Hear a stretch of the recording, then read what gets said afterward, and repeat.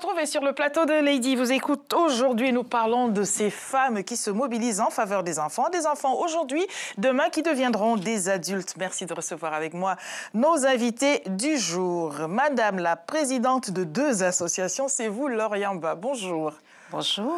Merci d'avoir accepté notre invitation. Vous êtes la présidente de ADEF RDC. Alors, ADEF, c'est, je vous le laisse dire, Association Droits des enfants et des familles. Mais vous êtes aussi la présidente de l'association Femmes et Promotion des comportements. Redites-moi ça. Femmes et Promotion des comportements, en sigle FPC. FPC, voilà pourquoi je suis un peu perdue. Merci donc pour toutes ces richesses que vous allez nous présenter. Et vous n'êtes pas venue seule. Merci Christina D'Acosta d'être là. Bonjour. Bonjour.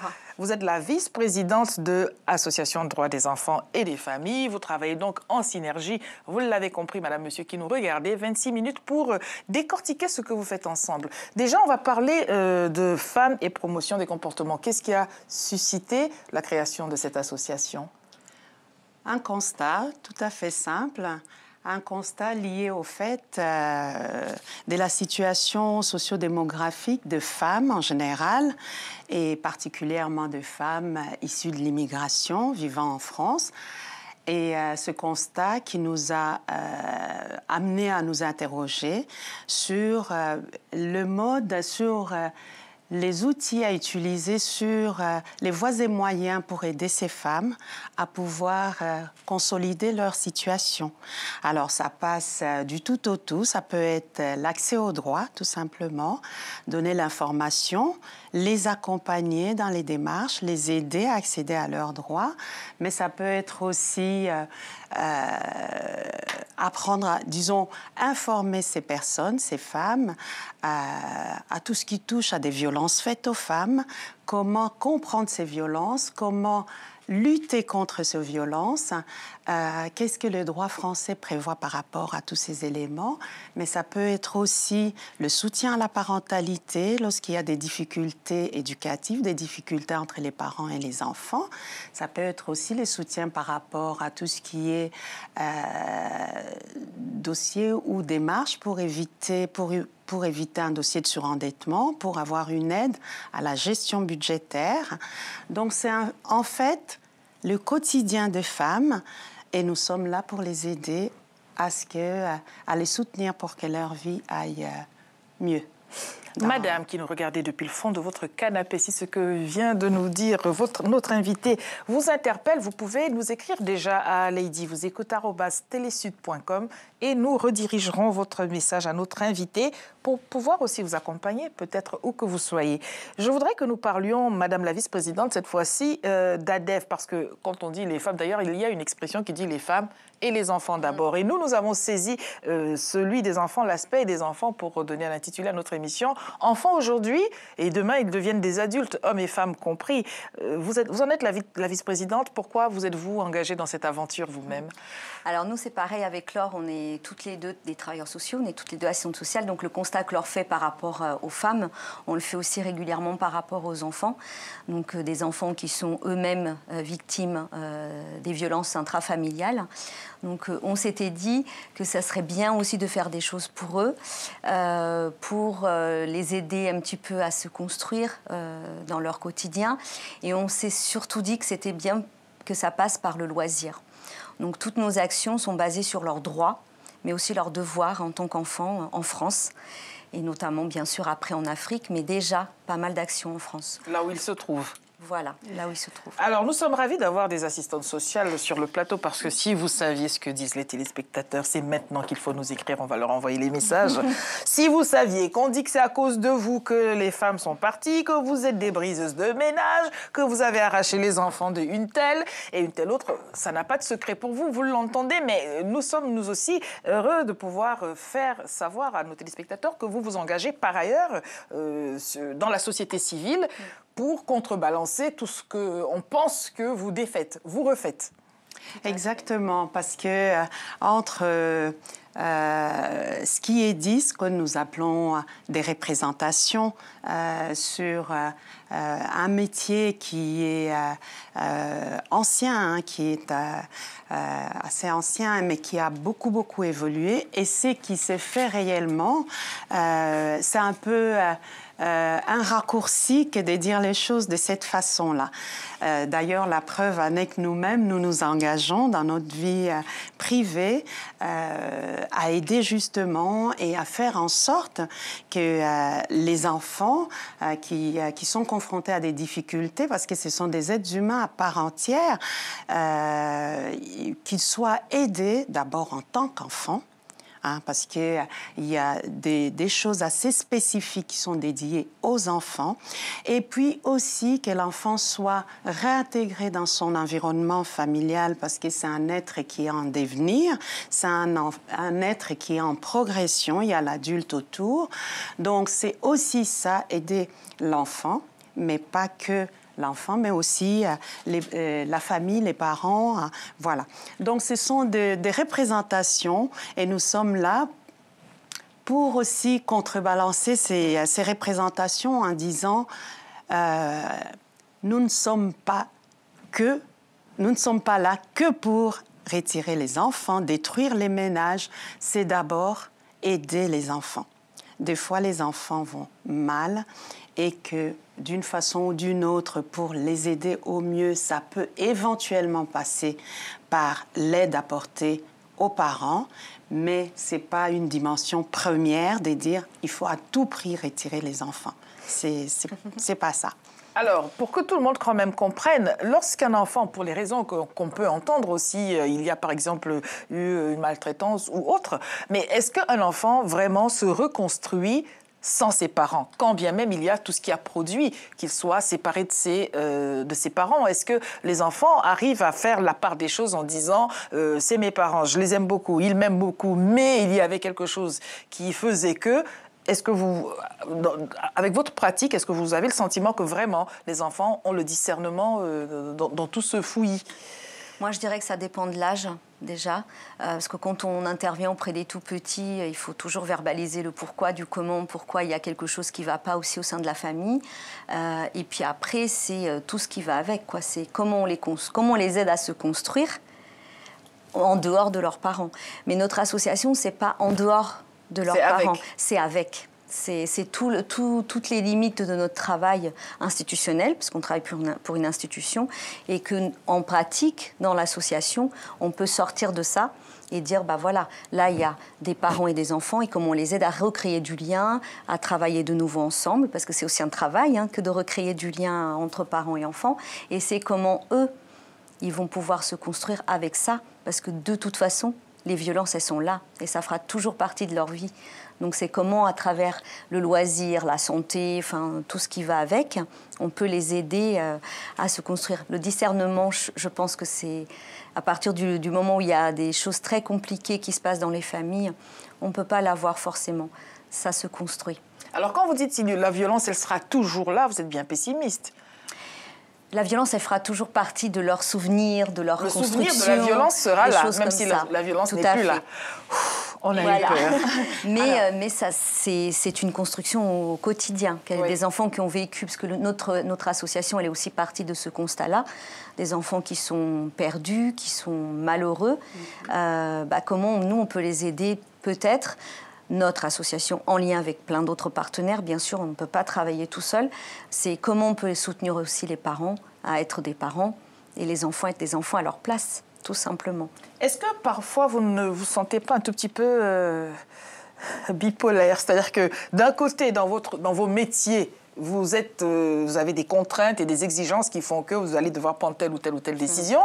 Et puis de l'autre, vous remontez la rivière à contre-courant. Moi, je ne dirais pas remonter à contre-courant. Alors, déjà, une certaine clarté dans ce que nous faisons.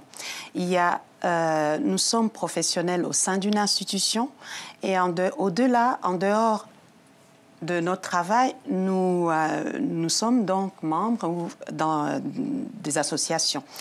Alors, ce ne sont pas des institutions qui sont au même niveau. Peuvent se compléter tout à fait dans une certaine mesure, mais ce ne sont pas les mêmes limites, ce ne sont pas les mêmes le même cadre de travail. Alors, moi, je dirais, par rapport aux violences, quand nous rencontrons les personnes au sein de l'association, nous sommes amenés rapidement aussi à orienter les personnes. À les orienter parce qu'il y a tout un travail, comme disait Christina, à faire autour d'un environnement, d'une famille, d'un environnement où il y a de la violence. Et ce travail peut dépasser très facilement les limites associatives. Donc nous sommes là aussi pour orienter. Il y a les institutions qui sont établies sur l'étendue de la France, et notamment dans le département où nous sommes. Et ces institutions, il y a pas mal de partenaires qui peuvent travailler autour de ces thématiques, autour de ces problématiques, et pouvoir aider au mieux les personnes ou les enfants qui sont confrontés à ces difficultés. Donc c'est vraiment un travail associatif limité en nous disant nous avons une ouverture avec les différentes institutions sur les territoires. Alors, quels adultes deviennent ces enfants? Parce que c'était aussi notre intitulé. On a du mal à avoir de la visibilité sur ce que deviennent ces enfants. Quel type d'adultes deviennent-ils? Est-ce que vous avez, sans citer de nom bien évidemment, est-ce que vous avez des adultes qui viennent à vous en vous disant « Moi, j'ai été un enfant séparé de ses parents pour telle ou telle raison. Comment se construit-on? Comment se reconstruit-on? Que pouvez-vous nous en livrer ?» Parce que c'est peut-être ça qui fait que tout le monde est crispé à l'idée de voir la famille décomposée pour les raisons que l'on sait. Moi, je dirais avant tout que nos associations, nos deux associations, parce que vraiment on travaille beaucoup ensemble, on a parfois du mal à les dissocier, mais ça passe beaucoup aussi par le plaisir. Donc si on a effectivement des enfants qui sont devenus adultes ou adolescents, enfin qu'à un moment donné viennent nous voir pour X raisons par rapport à des difficultés, tout notre travail déjà ça va être l'écoute, et c'est de voir comment on peut mettre en place parfois des actions qui peuvent commencer un petit peu à créer du lien, qui peuvent commencer à trouver du sens à ce que eux-mêmes, ils ont envie de faire. Parce que c'est aussi ça notre objectif, c'est on part d'eux. Donc comme on part d'eux, eh ben, on essaie de comprendre quels sont eux leurs besoins. Et quel type d'action, d'activité proposez-vous justement ? Alors là, dernièrement, ça a été, on a créé une action sur l'intergénérationnalité, plutôt, qui était créer du lien entre les jeunes et les moins jeunes. Parce que dans le quartier où nous intervenons, on a remarqué que les jeunes, eh ben, ils étaient souvent tout seuls, et les adultes aussi, ils étaient souvent tout seuls. Pourquoi on n'appelle pas les jeunes les moins vieux Pourquoi un euphémisme? C'est les jeunes et les vieux, ou alors c'est les moins vieux et les moins jeunes. Je ne sais pas, enfin bref. On n'a pas voulu dire ça comme ça, mais voilà, effectivement, on avait un groupe de personnes âgées, et puis un groupe de tout petits, 6, 9 ans, 10 ans, et puis des adolescents, 15, 17, c'est des papis, des mamies, avec... c'est une manière de redonner des grands-parents, en quelque sorte. C'est une manière de trouver parfois des substituts quelque part à un lien familial qui n'existe plus. Et c'est aussi là notre but, quoi. Est-ce que la société, d'après vous, la société, sans vous fâcher avec quelque institution que ce soit, la société n'est-elle pas un tout petit peu malade finalement d'un bras, parce qu'il faut bien qu'elle prenne des mesures, déconstruire des choses, et d'un autre bras, essayer de reconstruire. Alors, au travers pas seulement de ce que vous entreprenez, mais il est toute une multitude d'associations et d'actions et d'initiatives institutionnelles, même parfois, pour reconstruire ce qui a été déconstruit et qu'il a fallu déconstruire au nom de certaines considérations. Moi, je pense que la société, c'est un perpétuel recommencement. C'est vraiment il y a une évolution sociétale qui fait que la société d'il y a des années 68 n'est plus la même. Et au vu de cette évolution sociétale, il y a une évolution de mentalité, une évolution juridique, une évolution globale, en fait, qui s'est fait, entraînant... Et la fessée a disparu. Et comme la fessée a disparu, il est apparu certaines choses qu'il n'y avait pas forcément, dont on ne sait pas quoi faire. Et donc, on sépare les familles. Et donc, après, on essaie de rabibocher. Et on est dans le choc des cultures, en fait. C'est aussi ça. Hein. C'est compliqué. Je pense aussi... Non, je t'en prie. Je pense aussi, parlant de la fessée qui a disparu, que aujourd'hui... Normalement. Oui, en tout cas, ça serait bien que l'évolution soit dans ce sens-là. Pourquoi? Parce qu'à un moment donné, si les choses ont été perçues différemment, aujourd'hui, nous assistons aussi à des études, à une évolution en fait, des recherches par rapport à des domaines tout à fait différents mais complémentaires qui montrent justement l'impact des tels... Alors là, on a parlé de la fessée, mais comme vous le disiez, il y a beaucoup d'autres choses. C'est aussi par rapport à ce que telle ou telle chose, dont la fessée, peut apporter à l'enfant et c'est que ça peut ne pas apporter. Donc, c'est tout le temps un équilibre aussi à voir par rapport à l'évolution des études faites, par rapport à ce que peuvent vivre les enfants, c'est qu'ils peuvent ne pas vivre, c'est que la fessée apporte. Ça n'apporte pas grand-chose, mais c'est que ça enlève auprès de l'enfant, c'est aussi tout ça. C'est ce que nous ignorions il y a quelques années.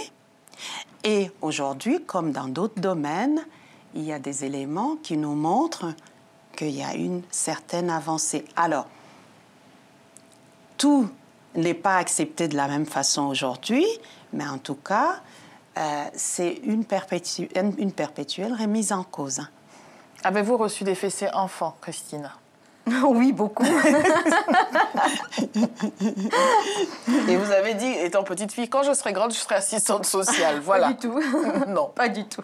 C'est un métier que vous avez choisi. Comment vous êtes-vous dirigée vers ce choix? Grande question. Déjà, j'ai travaillé pendant de nombreuses années auprès des petits-enfants. Voilà.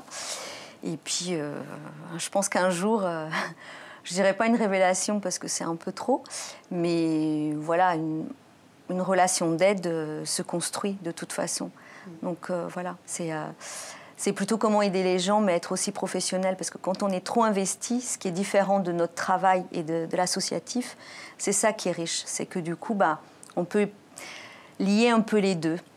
Et moi, je trouve ça intéressant. Mais ça, c'est mon avis personnel. Hein. Est-ce que ça n'est pas compliqué aujourd'hui d'être parent? Quand on voit donc ce à quoi avaient recours les parents, et on va continuer à parler de la fessée, hein, ne boudons pas notre plaisir, ce à quoi pouvaient avoir recours les parents pour dire « zut, ça suffit, si tu continues, tu vas voir et les enfants se calment peut-être ». Est-ce qu'aujourd'hui, ça ne devient pas plus compliqué que d'être parent, puisque l'enfant, le sachant, fait ce qu'il veut, et maman, si tu me mets une petite gifle, je vais appeler la police, et donc c'est la maltraitance, et donc on nous sépare, et donc les parents ne font rien, et donc ils ne font rien, l'enfant fait ce qu'il veut, et donc l'enfant fait ce qu'il veut, et donc on les sépare quand même. On tourne en rond, quand même. J'exagère à peine. Rassurez-moi. Le soutien à la parentalité. Quoi. Oui. Alors, parlons du soutien à la parentalité. Le soutien à la parentalité, vaste chantier, mais aujourd'hui, en revenant un peu en arrière pour parler du soutien à la parentalité, la fessée en tant que telle interroge.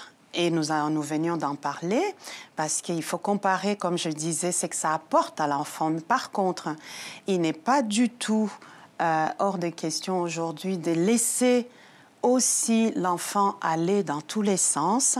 D'une certaine façon, n'est jamais poser de limites, parce que je l'ai dit tout à l'heure, que l'enfant, c'était un être humain à part entière, mais qui est en développement, qui est en devenir. Et cet enfant, il a besoin d'être guidé, d'être conduit. Et l'adulte qui est en présence a plusieurs outils pour qu'il peut utiliser pour il faut conduire cet qu'on enfant. les énumère parce que nos téléspectateurs prennent des notes, n'est-ce pas? Alors, il y avait la fessée, on dit qu'il n'y a plus. Qu'est-ce qu'il reste? Alors, c'est ce que... La place de l'adulte, j'ai envie de dire. Déjà, la place de l'adulte. L'adulte qui va intervenir, qui va...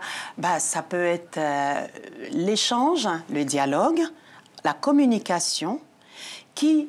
À un moment donné, il est vrai, ne soyons pas dans la lune, complètement, peut s'avérer aussi difficile, surtout à certains âges. Lorsqu'une communication devient difficile, il y a d'autres ouvertures, d'autres instances. Il faut nous dire. Alors, Donc, la médiation peut se faire. On va chercher qui, la voisine ou un professionnel Ça peut être déjà la voisine, pourquoi pas? Ça peut être déjà la voisine, ça dépend aussi quel est le lien avec la voisine, comment vous vous positionnez et comment la voisine peut intervenir. Il peut se faire aussi qu'à un moment donné, la médiation de la voisine ne soit pas suffisante. À ce moment-là, il y a quand même des instances qui existent. Il y a des professionnels. Deux fois, lorsqu'il y a un conflit ou il y a une difficulté importante, mieux vaut avoir un tiers qui ne connaît ni l'enfant ni le parent, qui a suffisamment de distance pour essayer d'intervenir. Est-ce que ce suffisamment de distance n'est pas tellement distancié qu'il ne sait même pas de quoi il parle finalement? Parce que trop de distance tue la réalité. J'exagère à peine à nouveau. Justement, avoir la distance suffisante, parce que il existe un autre concept que nous, on utilise en travail aussi social, qui est l'empathie. Alors, la distance existe, certes, mais l'empathie existe aussi. Se mettre à la place de l'autre sans pour autant vivre la situation de l'autre. C'est tordu, comprendre la situation de l'autre, parce que vous ne pouvez jamais vous substituer à la dame qui est en face de vous. Par contre, vous allez comprendre suffisamment cette situation en vous mettant à sa place, en vivant ce qu'elle peut vivre, mais tout en restant professionnel. Alors, comment peut-on avoir de l'empathie quand on ne sait pas ce que c'est que vivre dans un appartement pour un studio et qu'on est beaucoup trop nombreux dedans? On se l'imagine, mais tant qu'on n'a pas vécu cela au long cours, et pas pour faire une émission de télé, comme on dit, je viendrai dormir chez vous, est-ce que vraiment l'empathie a toute sa place? Non, mais très sérieusement, c'est-à-dire qu'il y a les classes sociales, il y a la question de la migration, il y a toutes sortes de considérations qui vont faire que l'empathie, ma foi, peut être biaisée. Moi, je ne sais pas si je peux me permettre de répondre à ça. Bien sûr. Moi, je trouve... déjà, je pense qu'on ne crée pas ce genre d'association par hasard. On ne va pas non plus dans le social par hasard. Mais ça, c'est mon avis personnel et je l'assume totalement. Oui. Donc je pense que quand on est ou issu de l'immigration, peu importe, ou qu'on a toujours vécu en France, peu importe où on a vécu, mais qu'il y a des choses, il y a des constats, il y a des choses réelles. Et je pense que, comme dit Laure, il y a des choses qu'on ne peut pas vivre à la place des gens. Mais si on les comprend et qu'on peut un minimum prendre ce recul-là qui est nécessaire pour pouvoir les aider, c'est-à-dire pas s'investir d'une manière personnel qui fait qu'on est dépassé totalement. On est autant dépassé que la personne concernée. Voilà, exactement. Et c'est là où on est aidante. Enfin, je pense, c'est là où on est aidante. Pour sortir quelqu'un de l'eau, il vaut mieux ne pas se noyer soi-même. C'est ça, c'est tout à fait ça. Il ne faut pas se noyer dans la situation quand on veut être de quelque utilité que ce soit. Après, on n'est pas psychologue, je veux dire, voilà, on fait avec les moyens du bord, j'ai envie de dire aussi. Et donc, ça veut dire quoi? Ça veut dire aussi être solidaire, être humaine. Enfin, il ne faut vraiment pas oublier ça, quoi. C'est tout ce qui est du relationnel, parce que sinon, on ne s'en sort pas. Donc, c'est pas dramatique si c'est pas des choses... oui, je sais ce que vous vivez, c'est super, mais nous, on rentre chez nous le soir, on a notre confort, et puis les autres, ils l'ont pas. Mais c'est comment on s'investit pour pouvoir un peu les soutenir au quotidien pour que ça soit moins difficile, et puis peut-être qu'un jour, ça soit plus beau, en fait. Et quand on rentre chez soi, est-ce qu'on est vraiment en off? Est-ce qu'on a coupé avec tout ça? Voilà. Il faut. Non, mais il faut, mais est-ce qu'on y réussit? Pas toujours. Moi, je dirais pas toujours. Je pense que dans les deux cas, que ce soit en tant que professionnel ou en tant que bénévole ou membre fondateur d'une association... On peut rentrer avec des bobos à l'âme aussi. C'est ça. Mais c'est normal. C'est aussi ça qui fait la relation humaine. C'est aussi ça qui fait la richesse je pense, de tout ce qu'on fait là depuis 2-3 ans, quoi, enfin, et depuis plusieurs années en tant que professionnel. Et c'est aussi pour ça qu'on a eu envie de créer ces 2 associations, parce que du coup, ça nous a permis de sortir du cadre institutionnel où on était quand même limité, entre guillemets, pour pouvoir investir pleinement une relation humaine avec l'autre, quoi. Enfin, je pense ne pas me tromper en disant ça. Hein, Non. Alors, on va terminer avec un mot quand même sur les mamans, hein, les femmes hein, en général, parce que on a longtemps parlé des enfants, on parle toujours des femmes sur ce plateau, et les femmes dans tout cela, vous les récupérez dans quel état? Parce que déjà, quand on est avec ses enfants et qu'on a d'autres misères, c'est déjà difficile, mais si en plus, à cause, on va dire, des accidents de la vie, on a été séparés de ses enfants, on est battu, violé, je ne sais pas quoi, comment vous faites pour pouvoir les réconcilier avec la vie?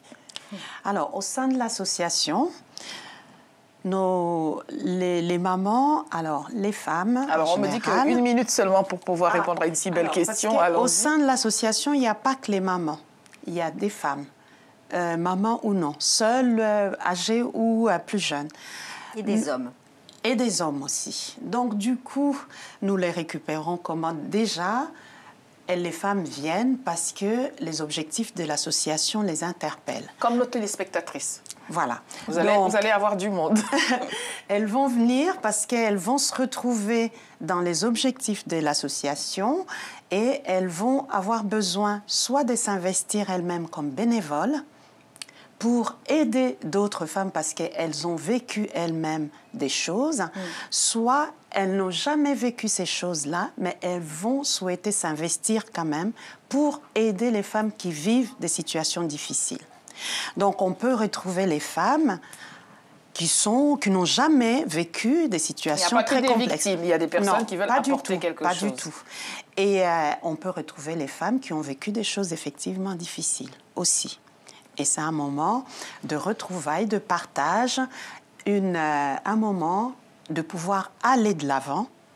Alors, voilà. Une question par laquelle vous répondrez chacune par oui ou par non, puisque c'est fini. Un tout petit peu d'engagement, on va dire, autobiographique dans tout cela? Oui, non? C'est-à-dire? Vous entendez quoi par là? Tout le monde a compris. Donc, je crois que c'est oui, mais vous ne voulez pas le dire. Merci à toutes les deux de vous être engagées dans cela et d'avoir voulu le partager avec nous. Rendez-vous dans notre émission prochaine, notre adresse internet, ledyvousécoute@telesud.com pour écrire à nos invités. Merci encore. Au revoir. Merci.